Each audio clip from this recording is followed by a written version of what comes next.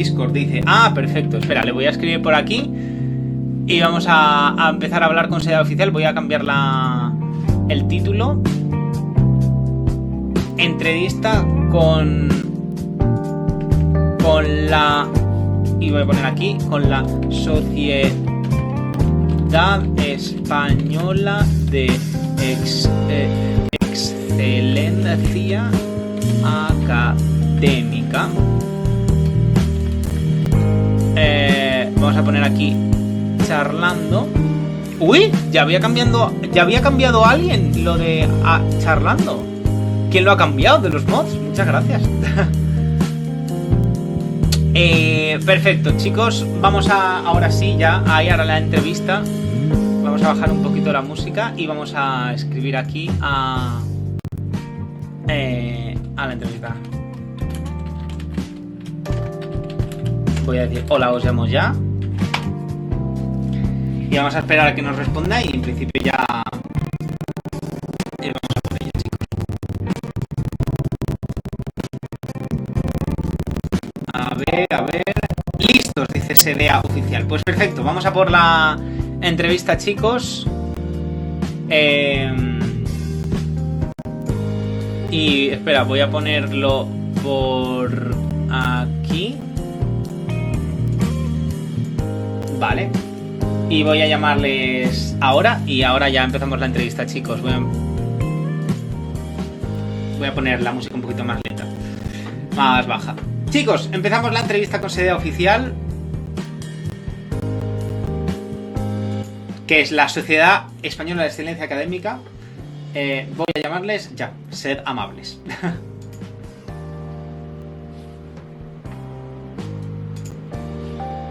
A ver si me lo cogen. Hola, hola. Hola, ¿qué tal? ¿Cómo estáis? Muy bien, Pablo. No consigo verte todavía. Vale, no, una cosa. A mí no me vas a ver porque yo estoy ahora en stream y no se pueden tener cámaras en los dos sitios. Pero vale, no te preocupes. Yo a ti, en cambio, no te veo tampoco. Pero tú lo estás streameando también, ¿verdad? No lo estamos streameando. Tampoco. Ah, vale, pues entonces, si quieres pon tú tu cámara y te pongo ¿ahora? Aquí en el... Ahora sí, perfecto. Vale, espera, pues te voy a poner aquí en el OBS para que se te vea. Vale, un momento, perdón. Vale, perfecto, ahora ya sí que se te ve. Vale, pues hola a todos. Aquí te están saludando. Vale, pues aquí estamos preparados todos, o sea que... Vale, pues preparados. Soy consciente de que, claro, a través de tu canal te hacen muchísimas preguntas de forma continua, pero bueno, ahora claro, para nosotros es una entrevista, ¿no? Y para la gente que está dentro de SDA. Claro, sí, esto está claro. Aquí, como estás streameando de forma bastante continua, creo, y bueno, y te harán cientos de preguntas casi todos los días, pues no será tan novedad, pero bueno, también es la cuestión de que lleguen a conocerte más la gente que está dentro de SDA y al revés, que la gente que te siga a ti pues conozca también un poco. Claro. Nos conozcan a nosotros. Así que, pues, ¿qué hago? ¿Disparo ya? ¿Empiezo con las preguntas? O... Cuando quieras, sí, cuando quieras. Venga. Pues, lo primero, claro, también poniendo en contexto un poco las cosas, que nosotros, todo nuestro ámbito de trabajo es el ámbito académico, sobre todo universitario, y que los chicos y chicas que están dentro de SDA pues son universitarios con muy buenos expedientes y muy buenos currículum. Entonces, la primera temática para preguntarte es, pues, como digámoslo así, eres un crack reconocido ya nacionalmente por tu capacidad, ¿no?, que has mostrado en el programa de memorización y todo el esfuerzo que sabemos que ha habido detrás de estudio. Pues preguntarte por eso, por tu método de estudio, que bueno, creo que ya lo has tenido que contestar varias veces, pero para que lo sepan los chicos de SDA. Entonces, primera pregunta ya concretamente. Sí. Tus técnicas de estudio y, sobre todo, teniendo en cuenta las particularidades de pasapalabra, ¿no?, que es una memorización, o sea, una técnica de estudio más enfocada a memorización, ¿no?, de palabras, de autores. Pues, ¿cómo ha sido y si eso podría ser trasladable o aplicable o útil para estudios más universitarios, que a lo mejor necesitan un poco más de comprensión, más que simplemente memoria? Sí. Bueno, en el caso de pasapalabra totalmente cierto de que buena parte del estudio es memorización pura y dura, como la lista de los Reyes Godos. Sí. Entonces, bueno, mi método de estudio es cierto que para el programa pasaba por 3 partes y una de ellas es un poquito más abierta que solo memorizar. Las 2 primeras no, las 2 primeras eran escuchar los roscos, ver los roscos antiguos y apuntarme las palabras que no sabía. Porque las palabras se acaban repitiendo. A lo mejor una palabra que se dijo en 2014 luego se repite en 2019, ¿no? Entonces por eso me las apuntaba. Y luego también, y esto sí que es lo más tedioso, vamos a decir, es literalmente, fue así tal cual, coger el diccionario, lápiz, subrayar las palabras que yo pensaba que eran candidatas a salir en un rosco y memorizarlas.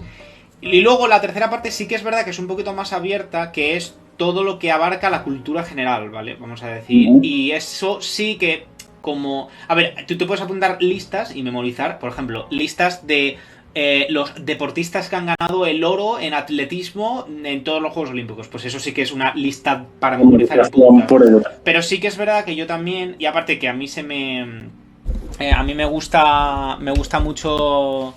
en general aprender sobre un montón de cosas y estudiar y tal, sí que es verdad que, por ejemplo, temas de historia y de un montón de cosas interesantes sobre todos los países, sí que es verdad que tiraba más de leer, ¿no? De leer sobre la historia de los países y evidentemente luego apuntar nombres concretos porque al final es lo que necesitas para el programa, pero sí que luego además aprendía, ¿no? Que es lo importante. Entonces, ¿esto se puede trasladar? Por supuestísimo. De hecho, es que yo estoy seguro de que en la mayoría de las carreras hay partes que son memorización pura y dura. Justamente estaba en eso, incluso... que hay algunas que son comprensión, pero bueno, en cualquier rama, ¿no? Desde historia, por ejemplo, hasta biología, que tienes que aprenderte los nombres de... Claro, de todos los huesos de la mano, por ejemplo. Entonces, yo creo que para esas partes, en las que son claramente memorísticas, a mí lo que me servía era utilizar una aplicación que se llama Anki, que son unas flashcards que básicamente, bueno, todas las tarjetas de esta aplicación me las he hecho yo mismo, ¿no? Tengo ahí como 80.000 o 90.000 tarjetas que me he hecho yo mismo. Y es básicamente una pregunta en el anverso y la respuesta en el reverso. Tienes que contestarla bien. Si no la contestas bien, te va a preguntar esa pregunta con más frecuencia y viceversa. Si siempre la contestas bien, pues cada vez te la pregunta menos. Y casi como los juegos de mesa, que por una parte tienes las preguntas y por detrás las respuestas. Exacto, es igual. Entonces, eso a mí me servía muchísimo para memorizar muy rápido porque precisamente focalizaba en el centro las preguntas que peor me sabía. Entonces, así es como un sistema para poder hacerlo mejor. Pues anotado queda, incluso para pasárselo a nuestros compañeros, que de vez en cuando subimos un post, ¿no? Sobre temas relacionados con la universidad o el estudio y tal. Sí. Pues mira, puedan investigar un poquillo sobre la aplicación y lo mismo. Sí. Y luego, claro, después para todas aquellas cosas que no sean de memorizar tal cual, a mí es verdad que esto es una experiencia completamente personal, pero yo, sobre todo cuando estaba en la carrera o en el instituto, a mí me servía mucho más, por ejemplo, y es curioso, pero más que tener los apuntes en papel o en un PDF, a mí me servía mucho grabarme los apuntes y luego escucharlo. Y de alguna forma, no sé por qué se... ¿En vídeo o en voz? En voz, o sea, en MP3. Y de alguna forma eso me ayudaba también a memorizar mejor lo que yo estudiaba. Pero bueno, al final cada uno tiene su técnica y hay mucho... Todo el mundo puede tener sus truquillos, pero los tuyos son un poco más interesantes porque sabemos que funcionan, ¿no? Que con esfuerzo, obviamente, pero que funcionan. Sí.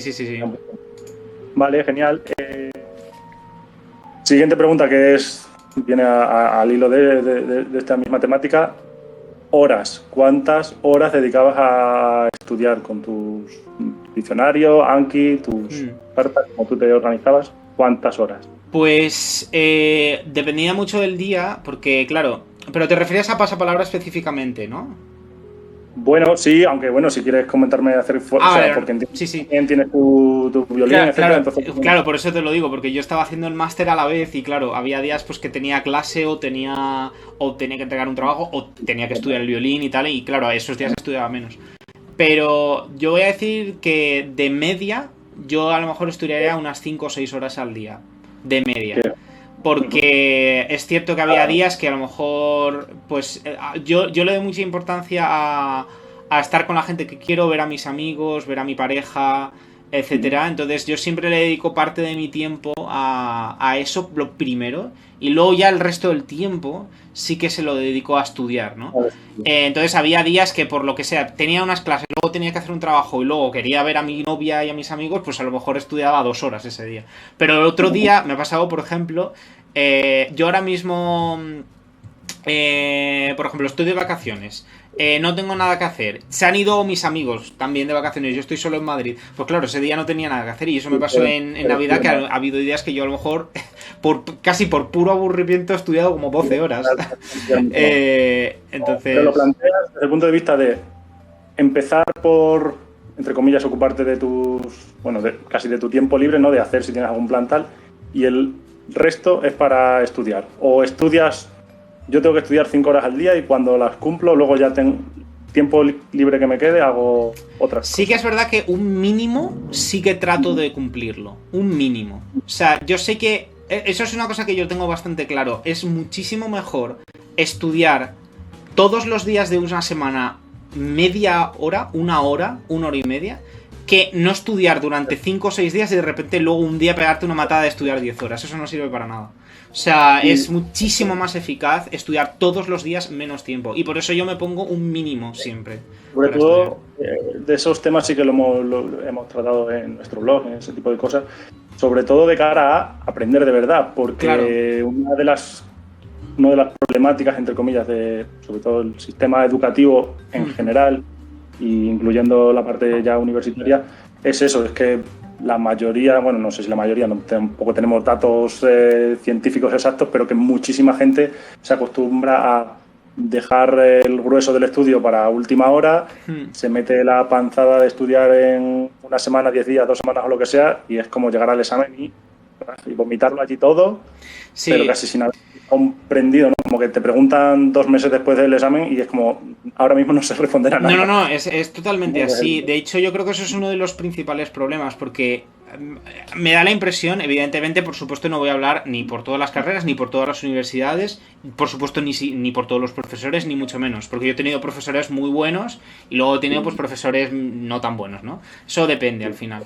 Pero yo creo que sí que es verdad que hay una tendencia a estar preocupado de la nota que sacas y no de si has aprendido realmente. Y he de decir que, vale, la nota está muy bien, por ejemplo, para sacar becas, ¿vale? Y para muchas cosas, eso es obvio. Pero en muchos casos, luego cuando... Bueno, también es verdad que yo salgo del mundo de la música donde la nota sí que te prometo que no importa tanto, ¿eh? Es cierto que en otras carreras sí que es más útil. Pero claro, lo que suele pasar es que de tanto a lo mejor intentar estar a ver la nota, pero no aprender, es que luego sales de la carrera y te pegas una hostia terrible. Porque sí, el mundo laboral no funciona así. Claro, y casi generalizado, ¿no? Que hay mucha gente que acaba la carrera y es como... que tiene esa inseguridad, ¿no? De decir, tengo una carrera, tengo mi titulación, pero siento como que no sé hacer casi nada, que voy a llegar a trabajar y me van a decir, bueno, vale, ahora aterriza en el mundo real y esto es lo que necesitas saber y poner en práctica, ¿no? Y como, claro, y de hecho, incluso a pesar de que es cierto que cada vez... hay una cosa que la verdad es que me parece muy bien, que es que cada vez hay más prácticas en muchas carreras, porque...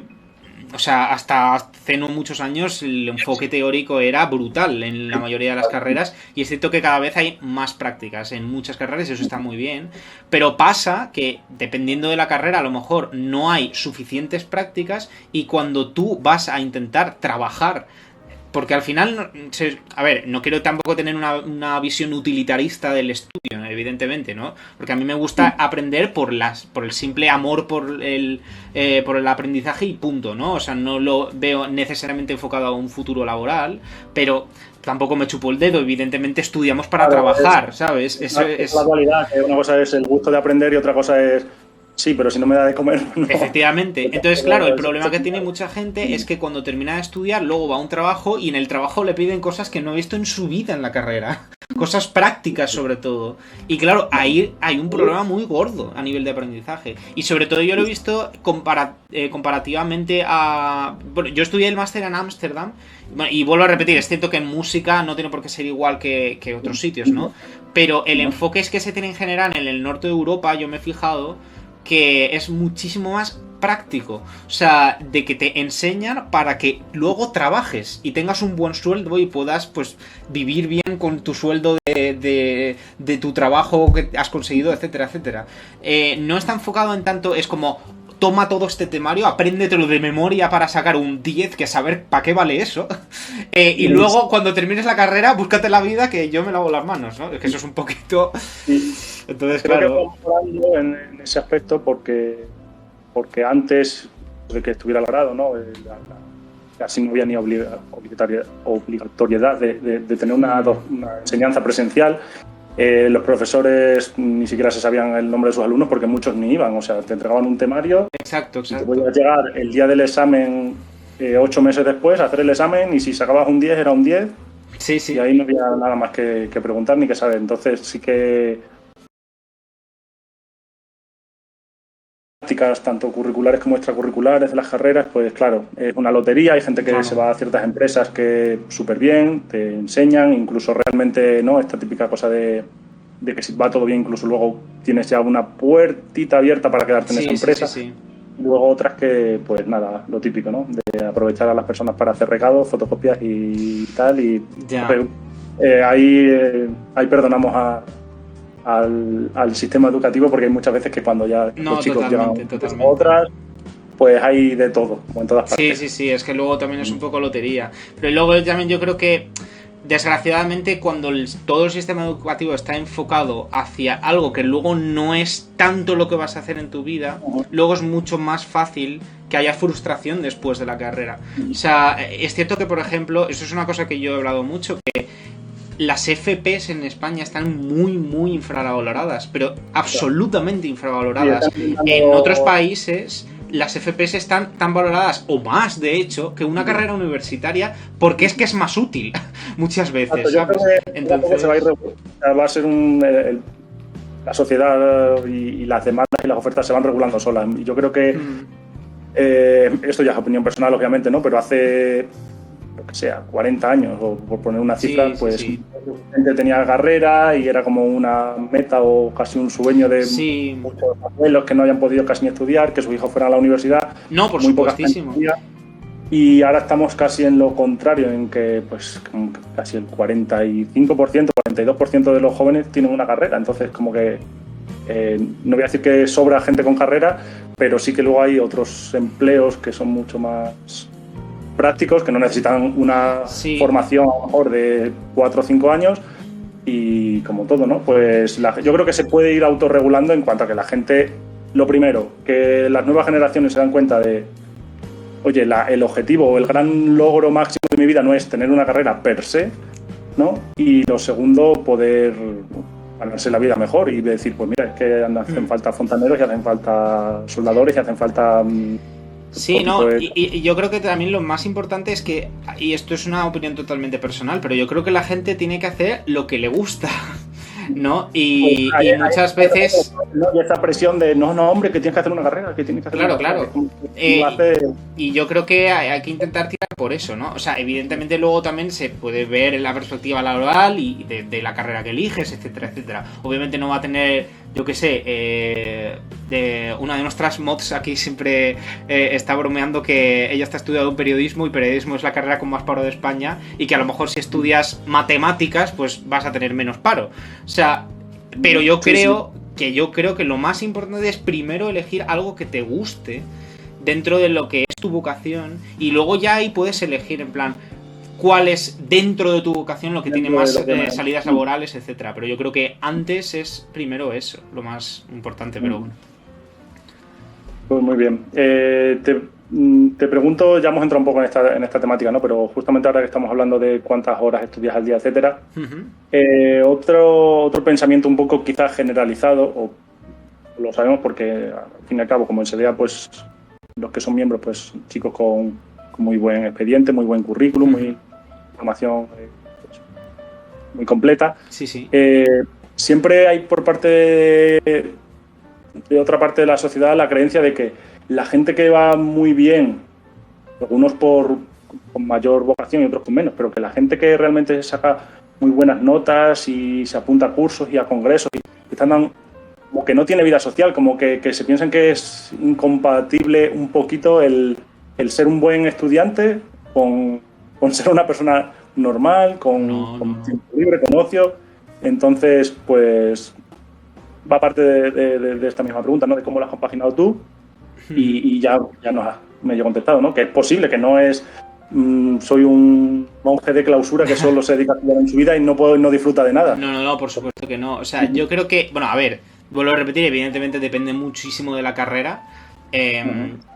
Pero por supuestísimo que es compatible. Yo tengo amigas que sacan buenísimas notas en carreras que a lo mejor cualquiera podría decir que son dificilísimas, como medicina o farmacia o Nacho, por ejemplo, que estuvo en Pasapalabra, que estudió ingeniería industrial y todo, ¿no? O sea, y luego tenían vida social, tenían amigos, salían, y etcétera, etcétera, ¿no? Yo creo que también pasa mucho por tener una buena organización y tener muy claro tu orden de prioridades. Es decir, de hecho, cuando yo digo precisamente que yo quiero cubrir un mínimo de estudio todos los días, lo hago en función de que también quiero cubrir un mínimo de vida social y emocional.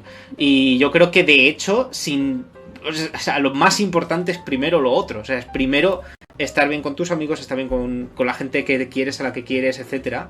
Y una vez que está cubierto eso, ya puedes ir a lo otro. Una cosa, si imagínate que estás en una época de exámenes y necesitas estudiar muchísimo, que es posible, eso no te quita que a lo mejor no puedas ver a tu mejor amigo 10 minutos. O sea, o llamar a tus padres una llamada de media hora. O sea, esas cosas no las quitan. Anda que no ha habido veces, de hecho, que yo a lo mejor he hecho videollamada con mi mejor amigo, con mi novia, mientras estaba estudiando y le he dejado ahí, ¿sabes? Yo creo que también es una forma no solo de organizarte bien vale, de tal a tal hora estudio y de tal a tal hora veo a este amigo y de tal a tal hora, sino es más tener claro un orden de prioridades que de alguna forma dentro del día puedas tener un poco de vida social, aunque sea poquito porque estás muy agobiado por otras cosas, pero se agradece. O sea, es muchísimo mejor eso que no ver a nadie por ponerte a estudiar y sacar un 10, que es al final peor a la larga. Pues nada, confirmado y vamos, y en general tenemos esa misma opinión, ¿no? Que obviamente no puede ser una persona, lo que no puede ser es querer aprobar o sacar incluso buenas notas y después de haber descansado seguir con una serie y luego tal, claro, es un poco incompatible con la vagancia, eso sí que es así, pero no es incompatible con tener vida social. Para nada. O sea, evidentemente hay que estudiar, obviamente eso te quita tiempo, pero que el día es más largo de lo que nosotros nos creemos. Sí. Vale, hablando también del tema de estudio, exámenes, no sabemos si tú, que también al estar en Pasapalabra, pues tenías una tensión, ¿no?, propia de la situación, de la grabación, de saber que hay un montón de espectadores, claro, de que estás en la televisión, aunque entendemos que con el tiempo te puedes llegar a acostumbrar, ¿no? Y a rebajar la tensión del principio, pero preguntar si tienes algún truquillo para lidiar con la tensión. Bueno, yo creo que en realidad el truco principal es haberte expuesto a ella ya muchas veces y lo acabas viendo como algo normal, ¿no? En mi caso yo tengo suerte además de haber sido músico y haberme expuesto, digamos, al hecho de estar en un escenario frente a mucha gente, tocando, etcétera, ¿no? Entonces yo creo que eso ya me dio unas tablas para que a la hora de enfrentarme a Pasapalabra, excepto que a lo mejor el primer día sí que estaba pues muy nervioso, ¿no? Las cámaras, algo nuevo. Pero a medida que vas viendo que es algo normal, pues la verdad es que te relaja bastante. Entonces, para esta situación de Pasapalabra, pero realmente para cualquier situación, yo creo que lo más importante es enfrentarte a ello, o sea, acostumbrarte, básicamente. La primera vez que te enfrentas a un examen, a lo mejor es muchísimo más difícil que cuando ya te presentas a tu examen número 28. Entonces, yo creo que con las grabaciones era igual. O sea... Muchos profesores que piden también hacer alguna especie de exposición, algún trabajo con una exposición oral para que la gente se suelte, ¿no? Yo creo que también eso es yo creo que algo que por ejemplo, bueno, es cierto que es verdad que cada vez se va implementando más, pero el hecho de, por ejemplo, estar enfrentándote a, por ejemplo, eso, una exposición delante de todos tus compañeros o eso, o lo que puede ser pasapalabra, no es algo muy común. Entonces, como no se suele hacer mucho, pues es normal que luego mucha gente se sienta muy agobiada cuando es este tipo de situaciones. Pero de verdad, y yo no me considero para nada una persona muy extrovertida, de hecho yo soy bastante tímido en general, pero todas estas experiencias al final te dan tablas, yo creo que eso es lo más importante. Entonces, aunque sea a fuerza de repetición, al final te tienes que acostumbrar porque es que si no es imposible. Exacto. Pues sí, o sea, lo vemos sobre todo con lo que te comentaba antes. El tema de las exposiciones orales, la recomendación general es atrévete, hazlo y aprovechar también, aunque da mucha vergüenza, ¿no?, a la gente, y también, bueno, pues cuando eres más joven también, pues puede darte un poquito más de timidez, pero sobre todo aprovechar la época de estudiante para eso, para hacer exposiciones orales. Cuando llegue el día de mañana, si tienes que hacer algo más a nivel laboral, con más gente y, digámoslo así, con más importancia de fondo, pues que estés ya más relajado, más acostumbrado y sin esa tensión que es la que realmente te puede afectar y hacer incluso que te salga algo mal, aunque lo tuvieras preparado, ¿no? Claro, totalmente. De hecho, en el Rosco, vamos, ¿cuántas veces nos ha pasado a mí y a mis rivales de que fallamos una cosa tontísima y facilísima? No por otra cosa que por estar nerviosos. No hay ninguna razón. El extra de tensión del tiempo, ¿no? De que tenéis que... Bueno, además. Rápido, no, pero sí. Exacto. Vale, pasamos a hablar brevemente de tu carrera también musical o tus intereses académicos. La primera pregunta que tenemos por aquí es, aunque ya tenemos idea por tu familia, ¿no? Pero ¿cuándo te diste cuenta de que lo tuyo era la música? Lo acabas de responder casi, o sea, desde que nací prácticamente, ¿no?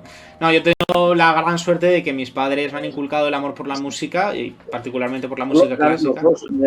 Los dos son pianistas, sí, los dos son pianistas. Mi padre es profesor de superior y máster en Musikene, ahí en el País Vasco, y es concertista de piano y compositor, y mi madre es profesora de piano y musicoterapeuta.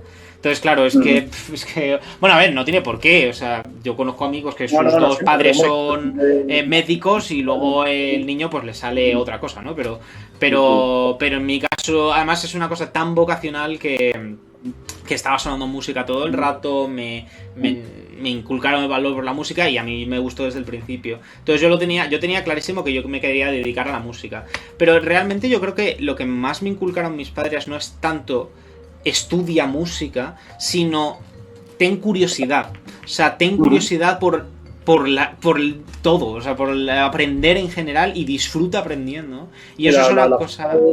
Llegar a conocer lo que más te puede gustar también es teniendo esa curiosidad, ¿no? Desde pequeño a interesarte por temas muy distintos y ahí es donde puedes hacer cosas, ¿no? Si al final te una sola cosa y no amplías un poco el espectro.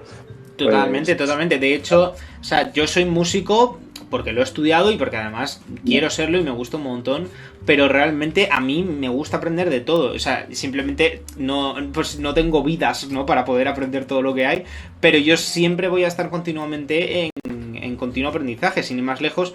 Ahora que ha terminado esta etapa de pasapalabra, que digamos es lo que, aparte de la música, yo estaba focalizando pues toda mi atención, ahora me gustaría estudiar otras cosas. Sin ir más lejos, pues por ejemplo, me gustaría terminar piano, me gustaría hacer un máster de composición audiovisual, pero incluso otras carreras también me pueden interesar. O sea, al final el saber no ocupa lugar y lo que más importa es que precisamente yo creo que eso es lo más importante y eso se lo debo literalmente a mis padres. No hay otra cosa, que es los que me han querido enseñar eso, que es que me gusta el simple hecho de aprender, no solo una cosa concreta que aprendes. No es que me guste el violín, es que me gusta el hecho de aprender. Entonces eso es lo mejor. Entonces... Me hace gracia porque te vas adelantando ya a la siguiente pregunta, pero precisamente vale. Era precisamente eso, ¿no? Más allá de que te diste cuenta de que lo tuyo era la música, que era pues de serie, desde pequeño, era si en algún momento del pasado, ya sabemos que te gusta el estudio en general, pero bueno, si has tenido algún especial interés o especial vocación también por alguna otra carrera universitaria, por alguna temática más en concreto o no. Sí, por supuesto. O sea, a ver, a mí me gustaría aprender muchas carreras, pero claro que es cierto que todos forman parte de la música, ¿no? Porque me gustaría estudiar piano y dirección de orquesta y composición para videojuegos y tal. Pero fuera de la música hay muchos terrenos que me gustan un montón. O sea, a mí me encanta la historia y la geografía. Eso sí que es algo que estudiaría. A lo mejor no lo estudiaría como carrera universitaria, porque al final la titulitis me da igual. Pero sí que seguiría, porque no voy a ser historiador ni profe de historia en un instituto, me da igual eso. Pero sí que lo estudio por mi cuenta porque quiero y punto. Y eso sí que me encanta. Y los sigo y los voy a seguir haciendo. A pesar de trabajar otras cosas, estudiar otras cosas. Y luego, pues por supuesto, a mí me gustan mucho las ciencias, entonces yo sé que a lo mejor me molaría que estudiar alguna carrera de ciencias en un futuro. Por ejemplo... Un poquito más bueno, ahora te preguntaré más adelante sobre el futuro, pero bueno, ahora también no voy a decir suerte, porque te lo has ganado tú solo, ¿no? Al llevarte el bote, pero un poquito menos de presión, ¿no? Claro. No, absolutamente. De hecho, ¿no? De decir, bueno, tienes un poquito más de... No, literalmente, una de las razones, cuando a mí me preguntaban, ¿y tú qué quieres hacer con el bote? Pues decía las cosas que eran las primeras que quería hacer, que era pues ayudar a mis padres, independizarme, estas cosas, pero realmente luego siempre añadía, y tener tranquilidad para que si yo en los próximos 5 o 10 años quiero estar estudiando, incluso si no tengo trabajo, que en realidad sí lo tengo, pero incluso por lo que sea de repente ahora se me van todos los suscriptores aquí del canal y tengo 0 euros de Twitch, incluso en ese caso yo puedo tener la tranquilidad de decir, bueno, tengo un colchón con el que yo puedo ponerme a estudiar si quiero hasta los 35, que no me va a pasar nada, ¿no? Yo creo que eso es evidentemente muchísima suerte la que tengo, porque no mucha gente se puede permitir eso, ya siquiera porque no se puede permitir pagar una carrera, ¿sabes? Y eso es algo que es un poco un drama en muchos sentidos. Y claro, yo he tenido también suerte de que, jope, o sea, mis padres me han querido muchísimo. He estado en un entorno cultural rico, pero además también muy, muy sano emocionalmente. Me han apoyado muchísimo. Incluso también no hemos tenido, no somos ricos, pero tampoco hemos tenido especiales problemas económicos y me puedo permitir hacer una carrera, etcétera, etcétera. Claro, yo sé que hay mucha gente que no tiene eso, y eso es injusto, ¿sabes? Porque no está de su parte elegir eso. De hecho, por eso a mí me fastidia un poco cuando es como, pero estudia que todo el mundo pueda hacerlo. Mira, este tío ha estudiado un montón, ¿por qué no lo vas a poder hacer tú? Es que no todo el mundo tiene la misma situación, no todo el mundo tiene el mismo ambiente. ¿Sabes? Hay gente que directamente es que parte con desventaja, y eso hay que tenerlo en cuenta al final, incluido en el tema de los estudios, yo creo. Muchos factores que influyen en general, ¿no? En el desarrollo de una persona, y por supuesto en el tema académico de los estudios, pues también necesitas desde el componente económico hasta el componente de la propia familia, ¿no? Y la importancia que se le da a ciertos aspectos de la vida o a otros. Entonces, muchos factores que entran en juego. Pues seguimos con un poco el mismo hilo de preguntas, ¿no? De esto de lo que estamos hablando, ¿no? De que hay un poco de titulitis en general en el mundo académico y tal. Y nosotros nos preocupamos un poco por intentar poner en valor o intentar identificar e intentar visibilizar a la gente que es difícil, y ahora te voy a hacer alguna pregunta un poco más difícil, pero identificar e intentar apoyar también a la gente que destaca por arriba, ¿no? A la gente que tiene una gran capacidad. Y entonces la pregunta difícil es, ¿qué es la excelencia a nivel académico, a nivel laboral, y sobre todo cómo se puede llegar a ella, o si pesan más las capacidades innatas de la persona, ¿no? Simplemente capacidad, pues, de memorización intelectual, y cuánto pesa la constancia y la disciplina. Bueno, yo creo que depende fundamentalmente de qué es lo que estés estudiando y cuáles sean los requisitos para que aquello que luego vas a hacer para la sociedad sea útil. sea, es cierto que hay un cierto componente a lo mejor, bueno, no sé, lo mencionabas, ¿no? De capacidades innatas. Hay gente que se le da mejor la música, hay gente que se le da mejor el deporte. Si yo me pongo ahora a correr, me muero en 5 segundos. O sea, y otra persona que haya nacido y tenga una predisposición genética, es que lo vamos a decir así, para ser mejor en un deporte, pues siempre va a ser mejor que yo. Por mucho que me esfuerce, evidentemente hay un componente genético, ¿no? Lograr la excelencia, yo creo que a pesar de ello, no necesariamente creo que tenga que estar tan ligado con el que se te dé perfecta una cosa porque sea innata o porque tengas predisposición genética para ello, y ni siquiera tiene tanto que ver con por cierto, sacar muy buenas notas, porque es lo, bueno, relacionado con lo que hablábamos antes, ¿no? O sea, tú puedes sacar un 10 en todo, que si no has aprendido nada, no eres excelente.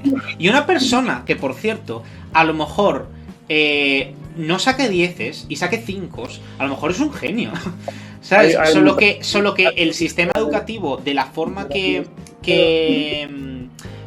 digamos, puntúa lo que significa ser excelente o no, no sé hasta qué punto es realmente fiel a lo que luego significa. A ver, también por decir algo, estadísticamente hablando, porque decíamos, hay mucha titulitis, no sé qué y tal. Vale, vamos a ver, estadísticamente hablando, normalmente suele pasar que si tienes una carrera y has sacado muy buenas notas en la carrera, además sabes de lo que hablas y tienes mucha experiencia y tienes mucha excelencia en tu campo.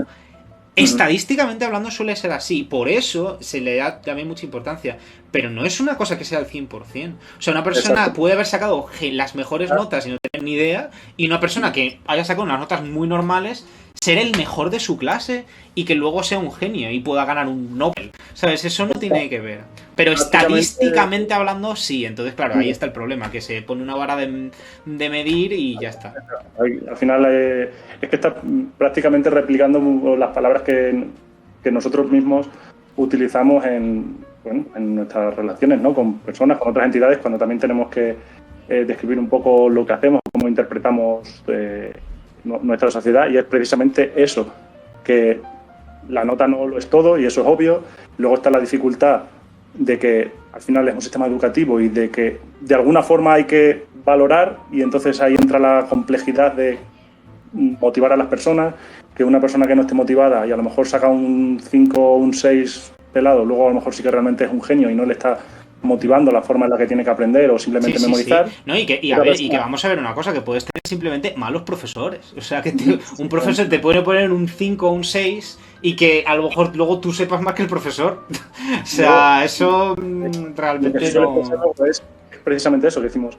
Las personas que sacan muy buenas notas no necesariamente van a ser los mejores trabajadores o los mejores profesionales, pero a la vez que siempre decimos, pero sí que tienen más probabilidad de serlo, por el mero hecho de que en general, no se puede generalizar porque ya lo sabemos, ¿no? Hay gente que con un 5,5, con un 6, o gente que son genios, famosos internacionales, que dejan la carrera y luego demuestran, ¿no?, que son genios.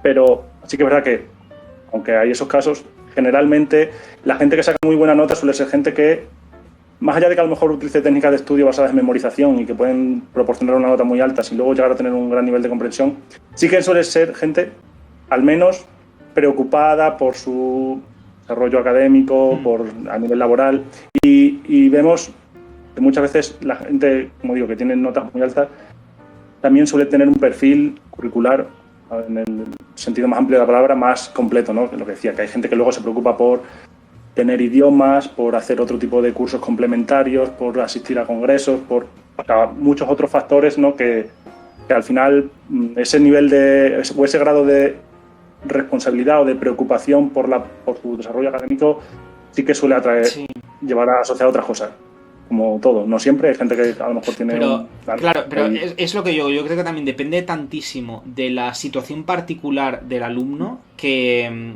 hacer una generalización muy amplia de todas las carreras es un poco traicionero, porque Es lo que digo, a lo mejor es cierto que una persona que en general en ingeniería industrial, me lo estoy inventando, saca todo dieces, luego va a ser un maravilloso ingeniero industrial y una empresa privada te va a contratar a ti antes que a otro porque tú has sacado todo dieces. Y eso significa en ingeniería industrial, ni idea, que te va a ir mejor. Pero claro, por ejemplo, en música, que es lo que yo he estudiado, muchos de mis profesores, por ejemplo, uno de mi profesor de composición, que es de hecho Premio Nacional de Música, y es uno de los, bueno, mi ex profesor, una de las personas más cultas y que más sabe de música y de muchísimas cosas que yo he conocido, que de hecho yo considero que es un genio. Él me parece que no tiene ni el superior. Y de hecho le contrataron en empresas privadas porque normalmente, claro, eso también es un lastre. Claro, si tú quieres hacer una oposición o tienes una carrera y un máster y un doctorado y no sé cuántas cosas que te sume puntos, o no estás perdido. En cambio, a lo mejor sí que es cierto que, vuelvo a repetir, en el caso de la música en particular, porque no tengo ni idea en otras carreras, pero lo que yo sí controlo es eso, pero a lo mejor empresas privadas es más fácil que te contraten por currículum y por portfolio, mucho antes que por titulitis, que sí se hace si tú quieres sacar una plaza en Atocha, ¿no? Entonces, claro, eso al final pues también depende. Por eso digo que es muy, muy traicionero decir esto es así y para todo, ¿no? Porque depende muchísimo, muchísimo de la carrera, pero incluso depende del país. O sea, es que hay a lo mejor otros países no le dan tanto importancia a la titulitis, pero es que en España, o sea, yo solo he visto un país. Yo conozco Holanda en particular. Y no sé cómo será en el resto de países, pero sí que me han comentado. Y en general, en España yo tiendo a ver que sobre todo en lo que son empleos públicos hay mucha más titulitis que en otros sitios. Entonces, claro, por ejemplo, yo si quiero hacer una oposición, ¿me sirve el máster que yo tengo de Ámsterdam? Sí me sirve porque me da puntos. Ahora bien, si yo no quisiera trabajar en un conservatorio público, y con todos los perdones, pero ese máster no me sirve para nada. Probablemente podría no haberlo hecho y es exactamente lo mismo. Sí me sirve para mí a nivel personal, porque yo he aprendido mucho, porque me ha gustado, porque, bueno, y aparte de la experiencia de vivir en otro país, conocer cosas nuevas, etcétera, ¿no? Y a mí me ha servido a nivel individual. Ahora, a nivel laboral y académico, hombre, algo servirá, pero tampoco te creas que mucho, ¿eh? Solo si quiero hacer una oposición. Entonces, claro, o sea, es que depende muchísimo, yo creo. La gran cuestión y la gran dificultad sigue siendo la misma, ¿no? Establecer un criterio de evaluación justo y más amplio, pero es que es muy complicado. Es el gran reto, ¿no? Es cómo identificar por llamarlo así, a los jóvenes talentos, teniendo en cuenta cosas más allá de la nota. Entonces, desde nuestro punto de vista, desde nuestro sistema, pues claro, justamente lo que dices, intentamos tener en cuenta más cosas. Nosotros en concreto, esto lo hemos hecho pues con la colaboración de muchos catedráticos de universidad, ¿vale? Intentamos tener un concepto amplio y ya te digo, más allá de la carrera en sí, pues este tipo de cosas, como meramente una experiencia internacional, ¿no? Como las becas Erasmus, las becas internacionales de intercambio con otros países, por supuesto. Los idiomas, desarrollo, pues estudios de música, de danza, y luego también otros aspectos incluso de emprendimiento, de difusión, ¿no? La gente que tiene sus propios canales de difusión sobre ciencias, sobre historia, sobre... Entonces, tener en cuenta muchas cosas, pero claro, para ser 100% justos, tendríamos casi que conocer a las personas de forma cercana. Es muy... Claro. Yo creo también difícil. Eso es el gran problema también, ¿no? O sea, sería mucho más fácil si... hombre, a ver, si simplemente hubiera más ratio de profesor-alumno y las clases fueran muchísimo más individuales. Claro. El problema de tener cuando estás en el instituto a 35 personas en una clase metidos, que es imposible individualizar, y ya en la carrera ni te cuento, ¿sabes? En la carrera es que lo siento, pero es que en la carrera en muchos casos es que más vale, es que te puedes quedar en tu casa y verlo por Zoom, y es en muchos casos igual. Entonces, claro, en esos casos es que es muy, muy difícil. porque no puedes estar a lo que este alumno necesita y tienes que de alguna forma intentar encontrar una media. Y para gente, esto es verdad, o sea, cuando tú, digamos, pones la media en un baremo, la gente que está por arriba y la gente que está por abajo, pues le jodes de alguna forma, ¿sabes? Eso, entonces... eso lo vemos de forma continua en casi todo, en acceso a máster, en acceso a becas, en acceso a millones de cosas, que al final, pues el corte está en un 7, en un 6 y en la nota que sea. Y justo el que esté una décima por arriba significa sí o sí que va a ser mejor estudiante o profesional que está una décima por abajo. Pues a lo mejor no. Claro.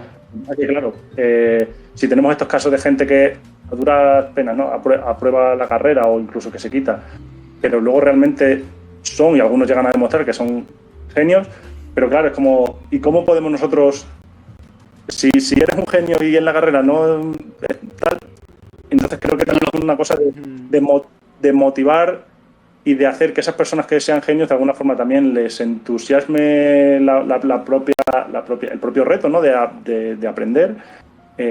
Sí, para que y yo creo que lo más importante es sobre todo que se les dé herramientas y se deje claro que su pasión y su genialidad en determinado tema no lo plasmen solo en la universidad, porque es que en algunos casos te puede salir bien, lo plasmas en la universidad, luego esas notas te sirven para que te contraten en una empresa muy buena y tengas un buen sueldo, pero yo creo que en muchos casos hay que enseñar a los alumnos también a que se busquen las castañas, porque como tú demuestres tu genialidad solo como te lo presenta la universidad, es facilísimo que al final caiga en saco roto.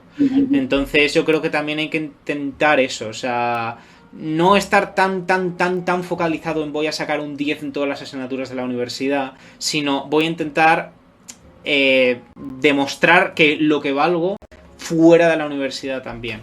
Y eso significa pues contactar con empresas, hacer proyectos personales, dependiendo de la carrera, evidentemente. Ahí es donde iba antes, ¿no? Hay personas más inquietas y que no solo tengo un 10, que es lo que me han dicho que tengo que sacar y no tengo nada más, sino personas que se muevan, que tienen un interés y lo que decimos, ¿no?, que tienen la inquietud de irse a otro país o que tienen la inquietud de los idiomas, de la difusión del conocimiento. Entrando en este tema, ¿no?, un poco que es quizá un poco más escabroso, es incluso con lo difícil que es identificar el talento, digámoslo así. Incluso una vez identificado, claro, hay muchas diferencias y ahí España, en comparación con otros países europeos, pues no salimos muy bien parados, ¿no? En cuanto a que incluso, digámoslo así, la gente, partiendo de la base que todo el mundo merece una oportunidad laboral, tenga carrera, no la tenga, mientras tenga ese ánimo de trabajar y ganarse la vida, ¿no? Pero claro, incluso a esos chicos y chicas que con muy buena nota, o a lo mejor sin esa grandísima nota, pero con un interés real por formarse, por trabajar, con ánimo y con... Cuando esas personas que son prometedores, ¿no?, de cara a los recursos humanos de nuestro propio país, sí, cuando llegan a terminar la carrera y haber, digámoslo así, cumplido todos los requisitos, todos los puntos de su checklist de idiomas y esto y lo otro y tal, y acaban y es como el vacío, ¿qué hacemos? ¿Qué hacemos para ayudar a esas personas? ¿O necesitamos de alguna forma crear programas para canalizar el talento e intentar identificarlo? No sé cómo decirte, sino aprovechar, ¿no?, que realmente, más allá de la titulitis, aprovechar la gente que realmente tiene esa capacidad y es grandísima, que al final puede hacer avanzar el conocimiento o, oye, el día de mañana ser pues las personas que tiran del carro de empresas grandes. ¿Cómo los identificamos? Porque al final ese es el tema, iría en beneficio de toda la sociedad y son muchas veces jóvenes que se acaban yendo a otros países, ¿no?, que de alguna forma tienen mejores oportunidades o un camino más... Bueno, pues precisamente a lo mejor ahí está la respuesta, ¿no? O sea, si precisamente los jóvenes se van a otros países, ¿por qué será? O sea, hasta cierto punto el poder fijarse en aquellos países a donde estos talentos que me cuentas se tienen que ir, porque, lo siento, o sea, dudo que mucha gente se quiera ir de España, o sea, muchas veces se tienen que ir de España por razones laborales. La mayoría de la gente, sea de donde sea, prefiere vivir de donde una persona es, ¿no?, de su ambiente. Sí, otra cosa es que en mi caso, o sea, así te lo voy a decir, yo he estudiado un máster en Ámsterdam, ¿vale? Y yo sé, o sea, vuelvo a decir, yo tengo muchísima suerte porque yo he estado en pasapalabra, he podido conseguir bastante dinero gracias al programa y luego por eso yo me puedo permitir el decir, me voy a quedar en Madrid aunque cobre 1.000 euros al mes, o que cobre 700 euros al mes, quiero decir, ¿vale? Pero hay mucha gente que no puede hacer eso y yo a lo mejor en otras circunstancias a lo mejor hubiera necesitado quedarme en Ámsterdam porque es que yo sé que yo salgo de la carrera y tengo trabajo, y no un trabajo de 1.000 euros al mes, a lo mejor tengo un trabajo donde cobro 3.000 euros al mes con 22 años o con 24, me da igual, ¿sabes? Ese es una cosa que no, pues es una cosa que no pasa en España. Entonces, a ver, sé que hay un componente bastante fuerte de que no se sabe canalizar el talento, que hay mucha titulitis, entonces elige, vamos a decir, voy a poner muchas comillas porque tampoco quiero despreciar a nadie, pero gente menos preparada que otra a un trabajo solo por culpa de la titulitis, etcétera. Pero yo sé que luego también hay mucha gente que se va de España simplemente porque es que hay más dinero. O sea, es que no hay otra. En plan, vas a vivir mejor. O sea, vas a vivir mejor si eres ingeniero y te vas a Estados Unidos o a Alemania o donde sea, porque saliendo de España, si puedes aspirar a tener un trabajo donde cobres 1.500 euros, da Dios gracias, pero en cambio a lo mejor en Estados Unidos o en Alemania te pueden dar un sueldo con tus estudios de 5.000 o 6.000 euros al mes. Entonces, claro, eso también es una cosa que evidentemente es porque en Alemania saben identificar más el esfuerzo y el talento de la gente. Sí, no. O sea, puede ser en parte por eso, también porque tienen otra forma de encarar la educación, a mi juicio, pero luego también es que es por el simple llano y hecho de que son países más ricos. Entonces yo creo que eso también ayuda mucho. O sea, al final, si nosotros tuviéramos el tejido que tiene Alemania... La situación es complicado, ¿no? Porque es la pescadilla que se muerde la cola y porque luego, claro, el mero hecho de que desde joven, desde niño, tengas aquí a niños formándose, ¿no? Ya sea educación pública o privada, pero al fin y al cabo formándose, y más si es incluso la universidad pública o fuera de la universidad, pero me refiero con becas, con financiación pública, y que cuando terminan y llegan en ese estado de su trayectoria, decir, ahora voy a empezar a trabajar, voy a empezar a, de alguna forma, también devolver a la sociedad, ¿no? mi conocimiento al tejido productivo. Ahí, después de que hemos formado a personas, ahí cuando empiezan a producir se van. Y entonces, claro, y lo típico, ¿no? Lo que se llama la fuga de cerebros, que encima la mayoría de los mejores son los que más incluso probabilidades tienen de acabar yéndose. Claro. Y es, entre otras cosas, por eso, o sea, porque aquí no es que no se les den, o sea, eso no es una varita mágica, o sea, eso es todo un entramado que es muy, muy difícil de conseguir porque es que... Dime. Sí, no, que lo que tienen a lo mejor algunos países del norte de Europa, o sea, es que viene a raíz de unas políticas económicas y sociales de años y años atrás. O sea, eso no es una cosa que de repente el próximo gobierno dice, pues voy a hacer esto, ahora todo el mundo tiene trabajo. Eso no funciona así. O sea, eso es un esfuerzo de décadas y décadas. Y lo que puede haber conseguido, yo que sé, Suecia, no es algo que vaya a conseguir España, pero probablemente ni en los próximos 10, ni 20, ni 50 años. Entonces, claro, se puedan hacer...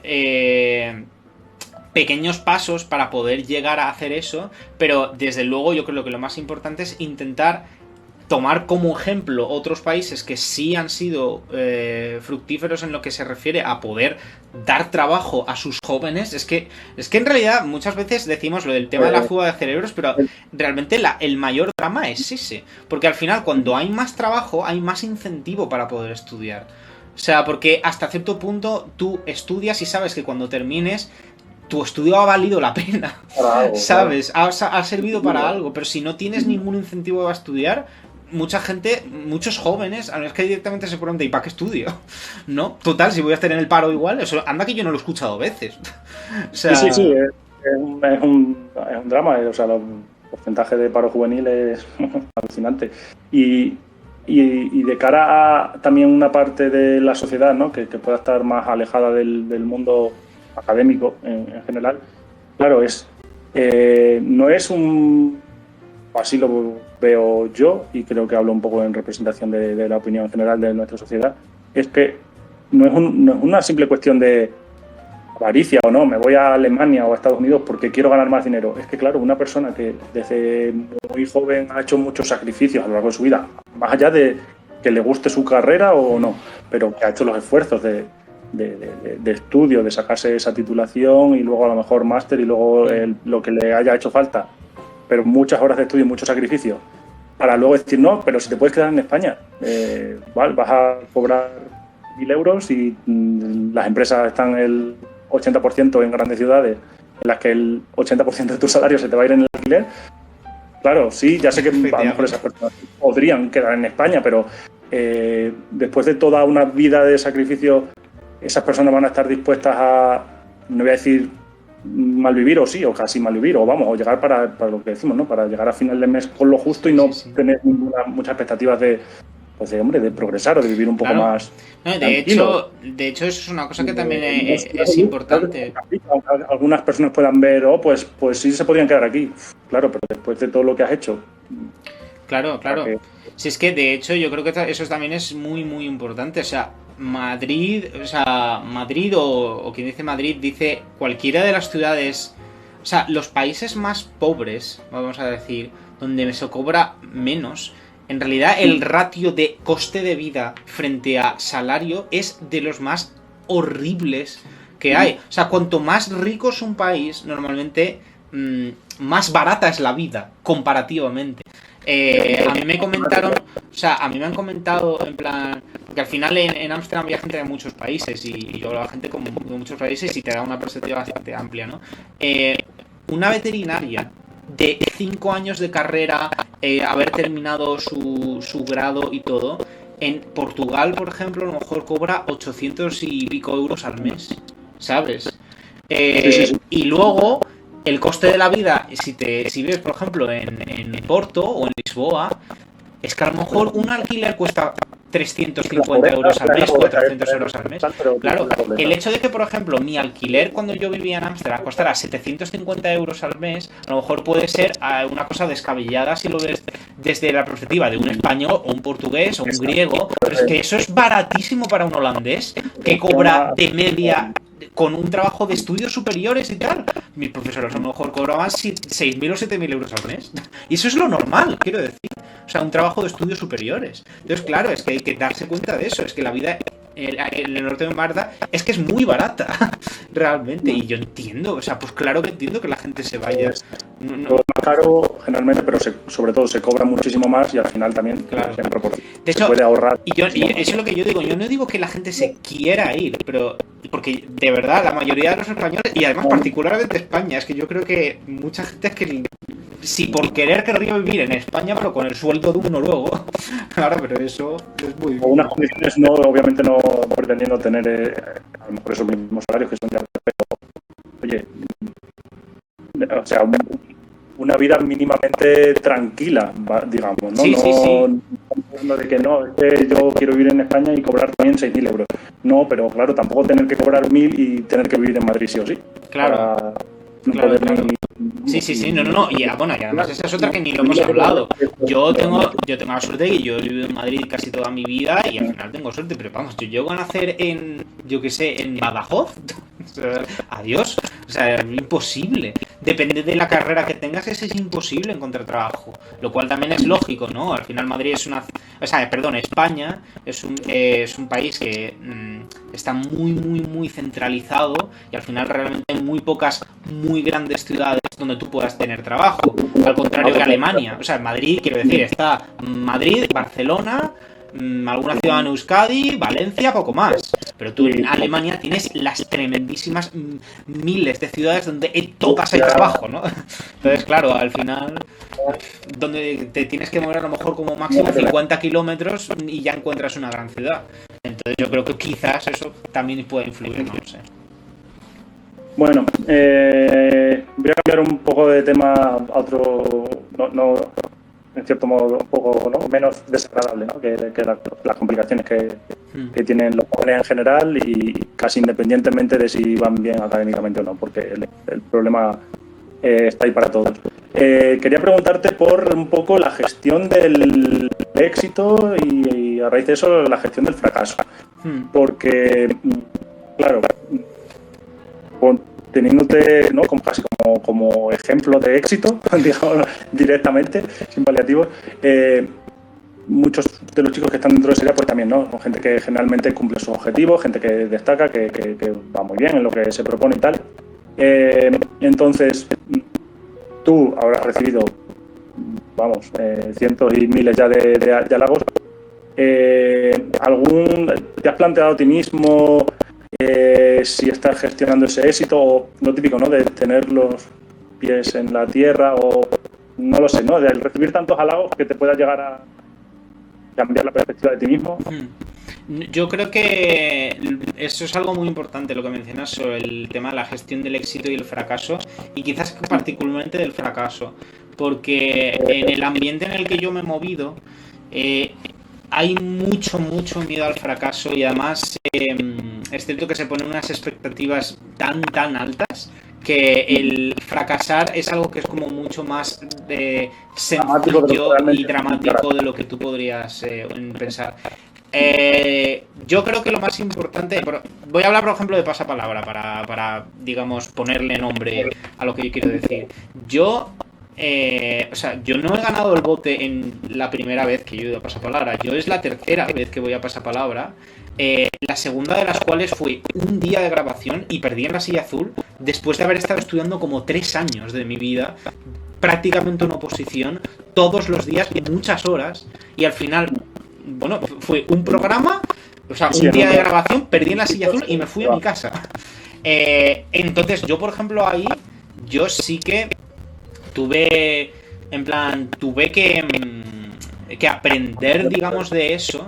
Y de hecho mis padres también me han ayudado mucho al entender que, vamos a ver, evidentemente tú tienes un objetivo, ¿vale? Y en mi caso es el bote. Pero todo lo que yo he vivido gracias a pasapalabra también se puede aprender de ello, y es bueno. O sea, incluso si yo hubiera perdido en la silla azul hubiera ganado mucho, y no solo me estoy refiriendo a dinero, sino en experiencia, en conocimiento, ¿sabes? Al final el saber no ocupa lugar. Y yo creo que todas esas cosas como que me hacen tener los pies en la tierra y saber que hay muchas otras cosas aparte de eso concretamente, ¿no? Y luego yo creo que también el tema del éxito y el fracaso depende mucho de las expectativas que te pongas. Porque y yo siempre trato de pensar que al final yo puedo llegar a trabajar de muchas cosas y puedo ser feliz con ellas. Yo creo que al final lo más importante en general en la vida de uno es el ser feliz con la gente que quieres y a la que te quiere. Eso es lo más importante. Y también en tu trabajo eso involucra el trabajo, ¿no? Entonces, por ejemplo, que yo qué sé, mi objetivo es ganar un Oscar. Vale, maravilloso. Pero si por lo que sea nunca en mi vida gano un Oscar, cosa que sea probablemente lo que pase, si al final pues soy profesor de música en un conservatorio medio, eso no significa que haya fracasado. Y el problema es que muchas veces por eso, por las expectativas, y sobre todo luego también por tener en poca valoración otras cosas que también pueden ser perfectamente respetables, es por lo que a lo mejor mucha gente, y especialmente cuando estamos hablando de ámbitos de excelencia y de ciertos ambientes, es muy fácil que ocurra. O sea, que yo creo que tendría bastante en cuenta eso. O sea, que no es tanto lo más importante llegar a ser el mejor, ¿sabes? Que eso es al final no sé, es una especie de competencia insana que no me parece que sea lo que deberíamos de inculcarles, los valores que deberíamos inculcarles a las generaciones futuras. No es quiero ser el mejor y además el mejor por encima de ti, ¿no? Sino exacto, más quiero ser feliz. Yo creo que eso es más importante. La diferencia entre ser competitivo y ser competente, ¿no? Y eso en muchos aspectos también me refiero a la universidad porque nosotros estamos más por este ámbito, ¿no? Pero sí que es verdad que incluso en las carreras universitarias hay veces que la gente, o sea, hay casi como una especie de pique de a ver quién ha sacado la nota más alta, y es como que me da igual si he sacado un 9,7, si hay otro que ha sacado un 9,8 ya me voy enfadado para casa porque no. Entonces eso es un problema y aparte, mira, esto es parafraseo casi a uno de mis mejores amigos, que es médico, además médico de atención primaria, que ya hablando con él así de forma también distendida, me decía, es que mucha de la gente que viene así joven a la consulta, lo que tiene son problemas pues un poco pues psicológicos o casi de depresión, pero del nivel de presión que tienen hacia sí mismos, de las metas que se marca la gente desde joven en la carrera, y tengo que ser el mejor y que les desvirtúan casi su vida por completo. No. O sea, los problemas yo estoy absolutamente seguro de que los problemas psicológicos asociados a una mala interpretación de lo que significa la excelencia son patentes y además no se tienen en cuenta. O sea, al final es como tú tienes que ser el mejor, me da igual que te machaquen psicológicamente para ello y luego te tengas que estar medicando durante años por culpa de lo que te han hecho, en plan... porque realmente eso sí que se inculca, me da la impresión. O sea, eso es cierto que tú puedes tener a lo mejor un afán, ¿no? de superación y de querer intentar hacer mejor lo que quieras y tal. Pero el punto de autoexigencia que existe en estos ámbitos, pero además que son muy tochos, yo estoy seguro de que en otras carreras también ocurre, pero yo lo he vivido mucho en el ámbito de la música clásica, donde de verdad que la autoexigencia está, elevada al cuadrado con esteroides. O sea, y yo creo que de las carreras que yo conozco y que me han hablado amigos míos y tal, yo creo que lo único que yo he encontrado lo suficientemente comparable es el deporte. O sea... y bueno, hay también el ambiente familiar, ¿no? De la presión de que muchos padres se creen que su hijo es Messi y todos son Messi, y una cosa ya insana, ¿no? Sí. Entonces, evidentemente los problemas psicológicos asociados a eso es que luego te repercuten y puede que para toda la vida. Entonces, vamos, o sea, yo tengo clarísimo que antes de que caigas en eso, porque también es muy peligroso, hay que tener muy claro de qué es lo realmente importante en la vida. ¿Sabes? Que no es eso, para nada. O sea, es importante, pues claro que sí. Te tiene que gustar, maravilloso. Pero lo más importante es, lo siento, pero es que yo siempre lo voy a decir, es tener un buen ambiente psicológico y emocional, y que te apoye y que puedas respaldarte en eso en tu vida. Y después viene lo otro. Y después puedes ganar todos los Goyas que quieras y el próximo Nobel de Economía, perfecto. Pero si no tienes eso, es horrible. Y si tienes que haberte machacado psicológicamente para llegar a eso, pues no sé hasta qué punto ha valido la pena. No sé. La pena. Creo que hay un poco también quizá falta de cambiar el concepto del éxito. O sea, no me refiero solo a un poco formar a las personas o naturalizar el no cumplir siempre un objetivo o el objetivo más alto que exista, sino, o sea, ahora mismo me estoy acordando de en temas, el tema académico no, porque es una cosa un poco más personal o privada, pero por ejemplo el tema deportivo, ¿no? Que es mucho más social, mueve más masas y tal. Que parece que solamente el que gana la copa o el que gana el tal es el que ha tenido éxito, y ya el que ha quedado subcampeón es el primero de los fracasados. Y es como, pero si participan 300, entonces, o sea, ser el número 2 del mundo o ser el número... visibilizar, y ya no como fracaso, porque no es visibilizar el fracaso como diciendo que el segundo es un fracasado, sino cambiar el concepto del éxito. Claro, totalmente. Vamos, o sea, de hecho... Porque si estamos creando cientos de fracasados en su vida y de personas que al final están pues abnegadas y que ellas mismas se sienten fracasadas cuando... Sí. La dicotomía éxito-fracaso me parece que es muy tramposa. Es algo que no es reflejo de la realidad. Porque además, vamos a ver... Es evidente que luego también hay un componente de suerte involucrada. Obviamente, claro que se estudia muchísimo, tal, eso no lo niego. Y que tus aptitudes también determinan eso, etcétera. Pero vamos a ver, en muchos ámbitos Perdona, pero es que hay mucha gente que es igual o tan competente como tú y por mala suerte no ha podido ser. De hecho, te voy a decir una cosa, por ejemplo, yo sin ir más lejos en pasapalabra, evidentemente, claro que llevo estudiando desde 2015, me lo he currado muchísimo. Y le dedico prácticamente toda mi vida en los últimos años a ello y si no hubiera hecho eso es imposible que me hubiera llevado el bote, pero perfectamente se podría haber llevado el bote Javier, que estaba tan o más preparado que yo. O sea, ¿y qué pasa? ¿Que ahora Javier es un fracasado porque no se ha llevado el bote y yo sí? O si hubiera pasado al revés, entonces yo sería el fracasado. Es que no tiene sentido. Eso es como la típica cosa de... No sé, que está muy extendida no sé, lo veo muy extendido, ¿no? del loser, ¿no? Es que eres un loser porque tal. Eso no tiene nada que ver. Además, por cada persona que tiene éxito, no has visto las 999 que han fracasado y que tienen tanto las mismas actitudes para poder ser esa persona exitosa o esa misma persona exitosa que a lo mejor antes de tener éxito y voy a poner comillas, fracasado 999 veces. Entonces, o sea, si solo te pones el ejemplo con lupa de... Bueno, y ni qué decir que hay gente, pues eso, que parte con ventaja. O sea, el simple hecho de que tú nazcas en una familia que es rica, para empezar, por ejemplo, y vives en un entorno familiar de amor y de pasión por la cultura y el aprendizaje, eso ya son dos cosas. Bueno, y que cojones, que nazcas en España en vez de en Suazilandia. O nazcas en Noruega en vez de en Nicaragua. O sea, ya solo con eso, esos son factores que no eliges. Desde que naces no eliges. Entonces, que es que se parte directamente con injusticia.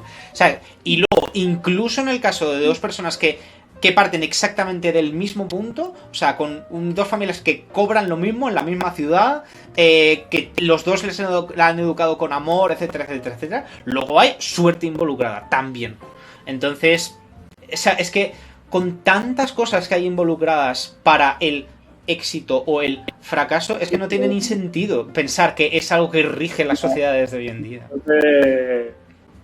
Componente ahí también principal, más allá, por eso es la cuestión de sentirse pues un poco autorrealizado en el sentido de esforzarse, saber que hacer lo que puedes, cumples con tu cuota de responsabilidad también muchas veces en las cosas, pero que siempre hay un componente de suerte y ya no estamos hablando tampoco o no únicamente en cuanto al éxito en la vida o no, sino simplemente en que dos personas que se hayan formado en el mismo sitio o hayan hecho la carrera en la misma universidad y hayan sacado la misma nota media y tal, pues una de ellas un día va a la esquina de abajo y por lo que sea tiene la suerte de que fulanito le conoce tal, contratada, y la otra pues no fue ese día a ese mismo sitio, no tuvo la suerte. Exacto, y uno se sienta, qué bien hice mi carrera, me coloqué, qué bien me va, y otra persona que no dio la casualidad que tenía un contacto, que tal. Claro. Y si no ha hecho lo mismo, se esfuerza igual. Entonces, creo que también en general, a nivel universitario, es una sensación que tiene, o un sentimiento, ¿no?, que tiene mucha gente de sentirse también un poco fracasado en base a lo mejor a no encontrar un trabajo de lo suyo. No tiene que ver a lo mejor con nada de que sea culpa suya. Es lo mismo que tu compañero de al lado, pero tu compañero de al lado, no quiero decir que sea ni siquiera por enchufismo, pero por motivo A, B, C, D, pues al final ha conseguido ese trabajo y no estaba ni mejor preparado que tú, ni se ha esforzado más que tú, ni nada, pero es también la vida y la suerte y los miles de factores que influyen. Sí, totalmente. Vale, Pablo, voy a ir terminando. Yo tengo una última pregunta y luego, como nos han pasado por Twitter, por redes sociales, algunas preguntas que ya no son como de parte de ese día, sino de la gente que está en nuestras redes sociales, pues entonces la última pregunta ya es un poco no lo sé, pero seguramente te lo hayan preguntado ya bastantes veces, ¿no? Que es el futuro. Medio lo has contestado ya, ¿no? Te ves pues con ya la tranquilidad de poder relativamente hacer cosas que te gustan y vas en calma. Pero ¿cómo te ves? O sea, ahora ya te has llevado el bote, se ha hecho realidad. Roberto Leal te preguntaba muchas veces qué querías hacer, ¿no? El tema de también ayudar a tus padres. Pero aparte de eso, ¿algún proyecto más a largo plazo ¿O ahora mismo esta primera semana simplemente te estás dedicando a tu canal de Twitch y no, en principio no tienes pensado salirte de ahí? Bueno, a ver, yo siempre quiero ir con pies de plomo y no ponerme nunca proyectos en los que a muy muy largo plazo de, venga, dentro de 10 años hago esto, porque los tiempos son tan cambiantes y al final yo me quiero adaptar realmente a las vicisitudes del momento, que no suelo ponerme proyectos a larguísimo plazo. En plan, esto estoy hablando dentro de 7, 10 años. Eso no lo hago nunca. O sea, no tengo ni idea de lo que me va a pasar dentro de 10 años y prefiero que así sea. Ahora bien, en un medio plazo o un corto plazo, sí que realmente mis proyectos de futuro, gracias ahora que he ganado el bote, y vuelvo a repetir la suerte que tengo, de verdad, o sea, no puedo decir cuánto quiero recalcar el componente de suerte que hay, porque es que me estaría engañando a mí mismo si yo dijera que es que, claro, como he estudiado un montón, gracias a eso he ganado el bote, por eso el que no se gana el bote es porque no quiere, no sé qué. De verdad que no. O sea, hay...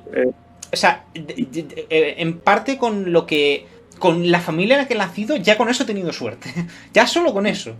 El hecho de que haya tenido tiempo para estudiar, siquiera, etcétera, etcétera. Pero luego también el hecho de que, bueno, la suerte de que justo pues un día tengo la 25 también, ¿no? Entonces, gracias a eso, ahora puedo tener la tranquilidad como para yo poder decir, puedo dedicarme a lo que me gusta. Y realmente es que lo que me gusta, y yo esto realmente lo he descubierto este año, es ser streamer. O sea, es la cosa que más me gusta de lo que es un trabajo, ¿no? O sea, de que al fin y al cabo mi principal fuente de ingresos viene de Twitch. Y a mí me encanta tocar el violín, he estado tocándolo hasta hace muy poquito. Y me gusta mucho jugar a videojuegos. Y yo, mientras pueda seguir haciendo eso, como perspectiva laboral, me voy a quedar con eso. Si puedo crecer y poder ganar todavía más dinero, genial. Y si no crezco y me quedo con lo que tengo ahora, con que me dé para vivir, yo estoy encantado, de verdad. Porque al final, con la comunidad que se crea y todo, te lo pasas súper bien. Y eso en cuanto a perspectiva laboral, vamos a decir. Evidentemente, pues también, si me surge pues tocar en algún bolo, componer alguna obra, dar clases de música, por supuesto, también lo voy a hacer. Y luego, en otros aspectos, pues realmente, si te soy sincero, voy a seguir haciendo lo que he estado haciendo hasta ahora. O sea, voy a quedarme en Madrid, voy a seguir estudiando, que al final es lo que me gusta. Voy a seguir quedando con mis amigos, estando con mi familia, y no creo que vaya a cambiar mucho la vida por tener 1.000.000 de euros. Con la salvada diferencia de que evidentemente quiero independizarme, y eso sí que en Madrid, dentro de la M30, no se puede hacer si no tienes 1.000.000 de euros. Quitando eso, realmente el resto de mi vida sí que a lo mejor lo podría haber conseguido si me hubiera puesto a trabajar de otra cosa y hubiera ganado 1.500 euros al mes. O sea que eso no tengo planes diferentes a los que hace un año tenía. No, pues mira, yo... o sea, no tengo ni que opinar nada, pero que me parece genial porque muchas veces también la gente siempre se pone como nuevas, lo que decimos, ¿no? Nuevas metas y ya intentar conseguir no sé qué, y muchas veces esa ambición ya desmesurada lo que te hace al final es casi no disfrutar la vida, ¿no? Y entonces, claro, pues yo pues me alegro muchísimo por ti, porque al final se trata de eso, de estar en llegar a una posición de comodidad, de cumplir, de sentirte realizado, de sentirte a gusto, y ahora que tienes la tranquilidad, pues genial, disfrutar de la vida y con más tranquilidad. O sea que enhorabuena, como te lo han dicho ya muchas gracias, pero yo disfrute. Preguntas rápidas para no hasta ya sin... Vale. Vamos, también a ti, que sé que llevas también ya bastante tiempo de directo ahora. Bueno, la primera es una felicitación de Ángela 72 Mara, que dice: solo decirte que ha sido un placer seguirte en el concurso, que eres un genio y el mejor que ha pasado por Pasapalabra, y que nos gustaría que se presentara a otro concurso. Pues se aprende un montón. Mis felicitaciones por su premio, lo tienes merecido. ¿Algún planteamiento de presentarse a otro concurso en el futuro? Pues me lo han preguntado alguna vez. O sea, de momento en el futuro muy muy cercano no. Porque ahora mismo yo creo que voy a descansar un poco de los concursos. Exacto. Luego más Pero, hombre, quizás en el futuro, pues quién sabe, ¿no? Yo conozco muchas personas que han ido pasando de concurso en concurso y, por ejemplo, han estado en Saber y Ganar y luego han ido a Pasapalabra, o han estado en Pasapalabra y luego han ido al Cazador. Entonces, si se me plantea dentro de bastantes meses o años ir a otro concurso, yo por mi bien, pero de momento, en el futuro más cercano, todavía ahora no. Disfrutarlo, tranquilo. Es normal. Si pudieras cambiar algo del programa Pasapalabra, ¿qué cambiarías o agregarías? Bueno, muy buena pregunta. Vale, yo creo que lo que cambiaría primero es el importe de los premios. Y no lo voy a decir por mi premio, ¿vale? Porque que de verdad que me doy con un canto en los dientes. Pero llevan dando 1.200 euros al ganador y 6.000 euros desde el año 2000. Donde en el año 2000, de hecho, el bote no aumentaba en 6.000 euros, sino en 1.000.000 de pesetas. Los tiempos han cambiado mucho, la inflación ha subido mucho y yo creo que es hora de que esas cosas, si quieren ser consistentes, suban un poco más. Y quizás, no sé, pero me parece que exista una persona que a lo mejor esté, por ejemplo, me estoy pensando en Marta Terrasa, que estuvo conmigo 30 programas y se llevó 4.600 euros. Cuando hay personas que, por ejemplo, yo en mi primera participación estuve 47 programas, que no son muchos más, y me llevé casi 50.000 euros. Entonces, que exista, aunque sea una minimísima compensación económica por pasar la silla azul. No estoy diciendo que el que pierda se lleve dinero, vale, se lleva 0 euros, pero aunque sea el programa siguiente, por pasar la silla azul, te lleves algo, aunque sean 100 euros. Pero creo que eso estaría bien y sobre todo incentivaría a la gente a ir al programa, porque todavía dice, bueno, puedo perder, pero es que puedo irme con algo, porque es que existe la posibilidad de que si hay un crack que gana todos los programas y tú estás contra ese 50 programas, estás ahí 2 meses grabando y te llevas 0 euros. Entonces a lo mejor eso sí que es una cosa que podría cambiar. En cuanto a las pruebas, los invitados, vamos, nadie del equipo, eso me parece que es todo maravilloso. O sea que de eso sí que no cambiaría nada. Pues mira, no toman nota, teniendo en cuenta que tienes tanta voz, ¿no? ¿Cuál es la palabra, eso pregunta Máximo V92, cuál es la palabra que más te ha costado memorizar mientras estudiabas? Bueno, yo te cambio la pregunta, no sé si una palabra en concreto, sino a lo mejor determinado tipo de listado de los GTA. Sí, ¿no? más bien eso. Yo creo que lo que más me ha costado memorizar eran los apellidos de... cuando no tenían ningún contexto y no había, es que ni siquiera ninguna regla mnemotécnica. Es, por ejemplo, cuando te preguntan apellido del escritor, autor de la obra, El armario de mimbre. O sea, es que es imposible memorizar eso. Y para intentar, si te lo preguntan, algún concepto. Sí, no simplemente... intentaba a veces, en plan, inventarme mis reglas mnemotécnicas absurdísimas, en plan de Johnson. Vale, mimbre. Yo vi una peli donde había un carpintero que se llamaba Johnson. Yo qué sé, cualquier cosa. Sí. Pero en general es muy difícil. Es mucho más difícil que las de diccionario, incluso, te diría. Entonces yo creo que ese tipo de cosas, sobre todo cuando son cosas que no le puedes ni poner cara. O sea, hay cosas que buscas en Wikipedia y no tiene ni página. Entonces yo creo que esas son las cosas más difíciles. Vale, penúltima. Creo que en algún momento has hablado también de esto, ¿no? O sobre todo del esfuerzo que has hecho. ¿Te has planteado o te planteas ahora con más calma hacer unas oposiciones? Lo pregunta Akananitas. No, bueno, ahora menos. Nunca me lo planteé, ni siquiera antes de... Tema de música, maestro del conservatorio. No, o sea, nunca me lo he planteado, pero ni siquiera cuando estaba estudiando. O sea, yo tenía claro que solo iba a hacer oposiciones en el peorcísimo de los casos en el que me hubiera debajo un puente y entonces dijera, vale, tengo que hacer oposiciones, pero si podía evitarlo, prefería no hacerlo. Ahora, con este respaldo económico y teniendo en cuenta que a lo mejor puedo vivir de Twitch, que bueno, al final es ser autónomo, y puedo permitirme vivir de ello con un sueldo relativamente decente, más claro aún lo tengo, porque puedo cotizar como autónomo y no tengo que trabajar haciendo posiciones. Hombre, a ver, si hubiera estudiado otra carrera, a lo mejor sí que hubiera dicho, venga, voy a hacer posiciones de esto porque sí que me parece que está guay. Pero particularmente en música no sé, no me inspira mucha confianza, entonces ahí sí que no me gustaría, pero bueno, yo qué sé. Nunca digas de este agua no beberé, ojo, no, porque ahora digo una cosa, pero a lo mejor dentro de 7 años pues es completamente la contraria. O sea que yo nunca voy a decir algo que sea que vaya a misa. Pero en principio no tengo pensado posiciones. Sí que me gustaría estudiar, desde luego, en empresas privadas, en conservatorios privados, donde no hace falta posición, pero tienes que igualmente hacer pruebas de acceso y te cogen por currículum y por excelencia y tal. O sea, a mí yo qué sé, si me ofrecen ser profesor en las escuelas donde he estudiado, probablemente, bueno, no sé si ahora, pero a lo mejor diría que sí o lo que sea, ¿no? Pero de tener que hacer una oposición para Atocha o lo que sea, no, eso no creo, no me lo planteo. Muy bien, muy bien. La última pregunta, que casi en vez de responderla tú la voy a responder yo, de Sebastián Cárdenas. ¿Te consideras el mejor concursante? Sebastián Cárdenas, por cierto, un ex ganador de bote de pasapalabra y uno de los mejores concursantes que hay en el panorama, a mi juicio. O sea que un saludo para él.